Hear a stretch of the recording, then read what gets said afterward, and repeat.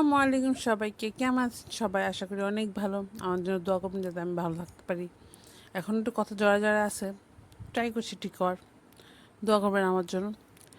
তো স্ট্রোকের পরে আসলে অনেক কিছু বাধা নিষেধ তৈরি হয়, বাইরে যাওয়াটা সমস্যা হয়ে যায়। তো ওই সময় কী করা যায়? আমার আর্ট করতে আগে থেকেই ভালো লাগতো, সো আমি আজকে বসে বসে বিকালবেলা আর্ট করেছি। স্ট্রোকের পরে কখনো নিজেকে চুপচাপ বসে থাকা যাবে না, নিজেকে একা ভাবা যাবে না, মন খারাপ করা যাবে না, তারপরে অসহায় ভাবা যাবে না। নিজের মনোবলটা কিন্তু সবচেয়ে বেশি জরুরি সময়। আপনি যদি নিজে চান যে হ্যাঁ আমি সুস্থ হব, তাহলে আপনি অবশ্যই সুস্থ হবেন। তো আমি ভাবলাম কী করা যায়, তাই আমি আজকে বসে বসে আবল তাবল ছবি এঁকেছি। ভালো খারাপটা ব্যাপার না, ব্যাপার হচ্ছে সময় কাটানো আর একটা কিছু নিয়ে বিজি থাকা। এটা হচ্ছে আপনার মাইন্ডের জন্য অনেক বেশি জরুরি, বিকজ আপনি চিন্তা করে এটা করছেন। যে কোনো কিছু চিন্তা করে করাটা আপনার মাইন্ডের জন্য একটা এক্সারসাইজ এই স্ট্রোকের পরে।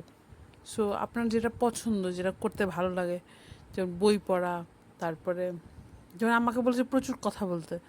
এখন একা একা তো কথা বলা যায় না, তাই ভাবলাম আপনাদের সাথে কথা বলি। আপনারা বই পড়তে পারেন, কবিতা পড়তে পারেন, বা আমার যেমন আর্ট করতে ভালো লাগে, আমি আর্ট করলাম। এরকম আপনার ইচ্ছা মতো সময়, যদিও খুব একটা ভালো হয়নি আর্টটা, তবুও করলাম। শেষে ভিডিও শেষে আর্টটা আছে, দেখে বলুন তো কেমন হয়েছে। আর আমার স্পিচ এখনও ক্লিয়ার হয়নি, তবে চেষ্টা করতেছি। কতটুকু ঠিক হয়েছে একটু শুনে জানাবেন তো আমাকে, যে কীরকম শোনা যায়। খারাপ শোনা যায়, বোঝা যায় যে আমি তো চাচ্ছি যে, এটা নিয়ে আমি খুবই টেনশন আছি। যদি ডাক্তার টেনশন করা যাবে না, আস্তে আস্তে ঠিক হবে। বাট একটা সময় সে এই ঠিক হওয়ার প্রসেসটা খুব ধীর গতিতে হয়। এখন আমার সেই প্রসেসটা চলছে, ঠিক হওয়ার প্রসেসটা খুব ধীরে ধীরে হচ্ছে। প্রতিদিন সময় মতো এক্সারসাইজ করবেন আর নিজেকে ব্যস্ত রাখবেন কোনো না কোনো কিছু নিয়ে। কোনো গেম দিয়ে হতে পারে, বই নিয়ে হতে পারে, কোনো ভিডিও দেখা নিয়ে হতে পারে, বাট যাই করবেন সেটা হচ্ছে মানে ব্রেন যেন ওটার মধ্যে ইনভলভ থাকে, এমন কিছু করে সময় কাটাবেন। আপনাদের কি খবর, আপনারা কেমন আছেন এখন সেটা আমাকে জানায়েন। আর আপনারা কি করে সময় কাটান একটু জানান তো আমাকে। নতুন নতুন আইডিয়া দরকার। ওকে দেন, আজকে ভিডিও পর্যন্তই।